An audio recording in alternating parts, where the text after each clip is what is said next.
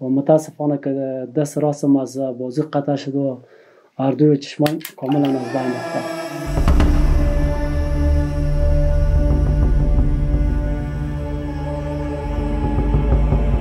که اول با کمک پروردگار، دوم با کمک مردم. اگه کمک شد یک لقمه روزی میخوریم، اگه نشد دیگه بس چاره ندارم دیگه.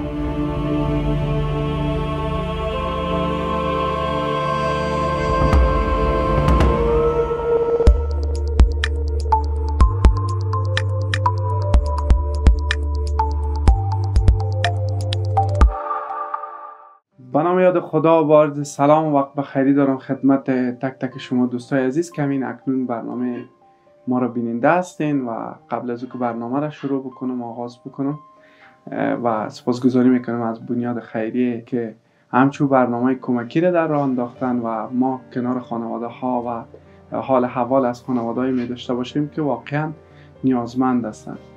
دوستا یک چیز را نگفتن امانم، وقتی که این خانواده با ما با تماس شدن واقعا عکسایی را که بر ما روان کردن واقعا دیدن نمیتونستم. حتی همکارم گفتم که واقعا بیخی یک آلت را بر خود گرفتم و از خداوند پاک برای خانواده شفای عاجل خواهان هستم و خداوند همکاریشان بکنه، خداوند اجر ثواب نصیب بکنه کسایی را که ما را فعلا بیننده هستن و این خانواده را کمک میکنن. پیش از او که آغاز بکنم به گپ ها، کسایی که میخواین با این خانواده آشنایی بیشتر پیدا بکنن و قسمی که شما میبینین برنامه ما را پل ارتباطی میان این خانواده و شما شماره تلفنی که زیر نویس هست میتونید با این خانواده به تماس شوین و کمک نقدی که دارین یا کمک هایی که دیگه از طریق خودشان میخواین کمک شوین مطابقت بر خودتان میگیره. سلام وقت بخیری خدمت شما، خوب هستین؟ سلام و درود با شما، از طریق شما با همه بینندگانی که در هر گوشه دنیا میبینن. خب قبل از اینکه برنامه را شروع بکنم میتونید که یک معرفت کوتاه خودتان داشته باشین. نامتان چی است؟ اسمم عبدالآقا است، از ولایت کابل هستیم. در حدود 8 سال میشه که زخمی شدیم و 4 طفلکایم است که بچه کلان مامی است که دیگه دخترکایم 3 دانه کلان است، صنف 3 مکتب و 2 مکتب است، یک صنف اول است. طفلک من تقریبا 3 ساله هستم. خیلی خوب، میشه که کوتاه بگوین از همین حادثه‌ای که بر شما رخ داد چگونه بود و چه قسم باعث شد؟ ما خودم دلیور بودم، در کنار جاده یک بم انفجار کرد، موتر بم انفجار کرد. این حادثه بر ما رخ داد تقریبا 8 سال پیشتر در شهر کابل، در گزنوایه شهر کابل بود. و متاسفانه که دست راستم از بازی قطع شد و هر دوی چشمان کاملا از بین رفته.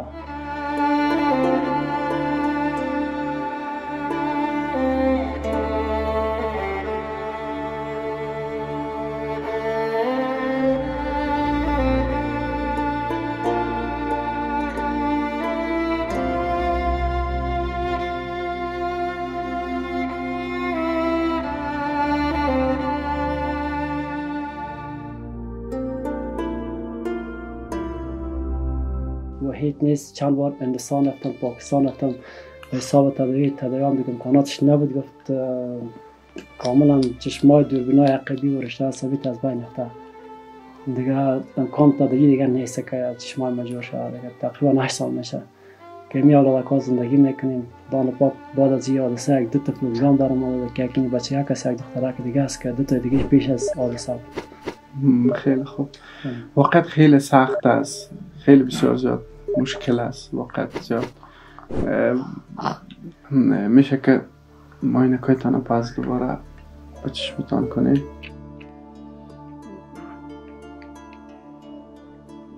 و میتونید که اما وقت های درد دلتان و بیننده ها شریک بسازین و هم اکنون کسایی که بیننده برنامه خودتان هستند ازشان چی میخوایی و چی درخواستی دارین؟ و ما 4 تا طفلایم است، خانم است و پدرم 31 سال پیش بر رضای خدا رفت. در پانتون کابل آشپز بود، اپندیس شد. اما اپندیس شکمش چی شد و فوت کرد. دیگه غیر از پروردگار دیگه کسی نداره ما در فامیل که برای ما کمک کنه. والدیم هم 2 سال 2 سال پیشتر فوت کرد دیگه خانم است و 4 تا طفلکایم است. گفتین که بچه کلانتان است. بچه کلان مامی است که کلان دخترکم است که 9 ساله است که صنف 3 مکتب است. ماشاءالله. دیگه صنف 2 و خودفرش که 6 ساله است صنف اول مکتب است. دیگه طفلکم است. این بچه است که یک بچه دارم و 3 دختر. اینی دیگه تقریبا 3 ساله و چند ماه دیگه. دوستا یک چیز نگفتن همونم که بیشتر برادر عرض کردن که ورزشکار خیلی خوب هستن و دو رشته را خیلی خوب رزمی کار میکردن. بعد بیشتر از زبان خودش میشن کدام ورزش‌ها را کار میکردن؟ ما ورزش که بوس کار میکردم که باعث است شاگرد بودم بالاخره استاد شدم. پیش استاد رازق سنگشکن کار میکردم، پیش استاد اختری کار کردم. بس بالاخره بسیار مسابقه را رفتیم و کامیاب شدیم، مدال تا کپ هم گرفتیم. دیگه باز رشته تکواندو کار میکردم، تقریبا تکواندو هم ختم کردم بسیار در شرق ولایت کابل. دیگه تو کدام کلاب نمونه بود که موضوع پیروزی نگیریم. و دیگه در حالت که 20 سال پیشتر که دولت تغییر کرد و آمد کرزی رئیس جمهور شد، بعد از او کامپیوتر هم خواندم، کامپیوتر هم خلاص کردم. متاسفانه در حساب دلیوری بودیم که موترانی میکن در بین شهر یک انفجار صورت گرفت که یاد سبر ما رخ داد. موتر هم از بین رفت و موتر از مردم بود، دلیور مردم بودم و یاد سبرم رخ داد. وقت ازدواج کردیم 5 سال 6 سال از ازدواج از حارسی ما تیر شدم. فعلا با کدام حالت دست پنجه نرم میکنین؟ با چی مشکلات به سر میبرین؟ و فعلا چی کار میکنین شما؟ فعلا خو مشکلات خانه را چه قسم حل میکنین؟ فعلا خو ما چیز کار کردن نمیتونم. اگر مردم کمک کرد با کمک اول با کمک پروردگار، دوم با کمک مردم، اگر کمک شد یک روز روزی میخوریم، اگر نشد دیگه بس چاره ندارن دیگه. یعنی که کسی کاریگر در خانه نیست؟ کسی کاریگر بخی نیست دیگه. خودم هستم، خانمم هست، همین 4 تا طفلکایم هست دیگه. کسی کاریگر نداریم دیگه. یک برادرم هم هست که برادر کلانم بیچاره کم مشکل عصبی داره و جای کار میکنه به شما کمک میکنه؟ نه اون مصروف هم روزگار خود به بسیار مشکل پیش میره. و دیگه همشیره هم هست که هر کس آرزی کردم و رفتن پشت بختش. انوارم در شرایط هستن که هر کس در خانه که زندگی میکنم مشکل زندگی خودشان از ما که بالاتر است. یعنی دوستای عزیز خیلی مشکل است، خیلی حالت دشوار است و اما دست دعا بالا میکنیم که خداوند احتیاج محتاج نگردانه و خداوند این خانواده را کمک بکنه. و از دوستایی که فعلا بیننده برنامه ما هستند، بس بیایی چی خوب از در این ماه مبارک رمضان دست همچو خانواده را بگیریم. واقعا مستحق واقعی این خانواده هستند که حداقل نمیتونن که نفقه پیدا بکنن بر خود. بس از این که میگه ای قوم به حج رفته کجایی، معشوق همینجاست بیایی.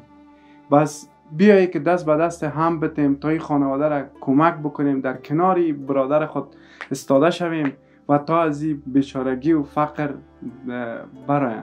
بس چی خوب است که با این برادر کمک بکنین و مشکلاتش از زبان خودشان شنیدین که چقدر با حالت سخت به سر میبرن.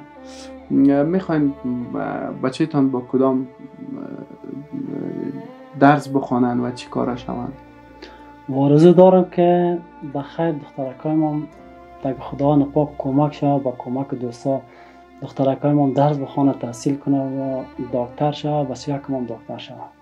فعلا هم گفتین در مکتب هستن؟ فعلا هم در مکتب هستن، فضل خدا. در مکتب هم دیگه اول نمره هستم دخترک کلان. با درسای مکتب کی امرشان کمک میکنن؟ در درسای مکتب هم استادشان از این مکتب ناید شهید نه ابوذر غفاری همیشه درس میخوانن و نصیحت هم استادشان که یک روز رفتم امروز بسیار کوشش میکنه وضعیت ما را که دید به خاطر وضعیت ما خیلی کشم کاری میکنه درسای شکر خدا میکشم. دوستا یک چیز نگفتن همونم برادرم هم گپ میزنه این حالت ای برادر که هر کس ببینه واقعیت خیلی دشوار. من خود دیدن نتونستم واقعیت دوستا. همون روزی که گفتم براتون عرض کردم که همین عکس از یار نشان دادن واقعیت چون بجز یک دعا و فقط امی کمک شما دوستا اگر از دست خودمون چیز ساخته بشه فقط امی است که براتون معرفی میکنیم و شمایی که با این خانواده چقدر کمک میکنین این را امو شهامت دوستی واقعی وطن دوستی تانه نشان بتین تا با این خانواده کمک شوه و از این حالت برای یک چیز براتان بگویم فراموش نکنم که زندگی که سر انسان تلخ بیاره انسان مایوس میشه. بس چی خوب است که این حالت نمانیم که برادر ما حس بکنه، چون وقتی که برادر میگیم هم زبان میگیم بیای دست به دست هم بتیم خانواده را کمک بکنیم تا هزی حالت بره.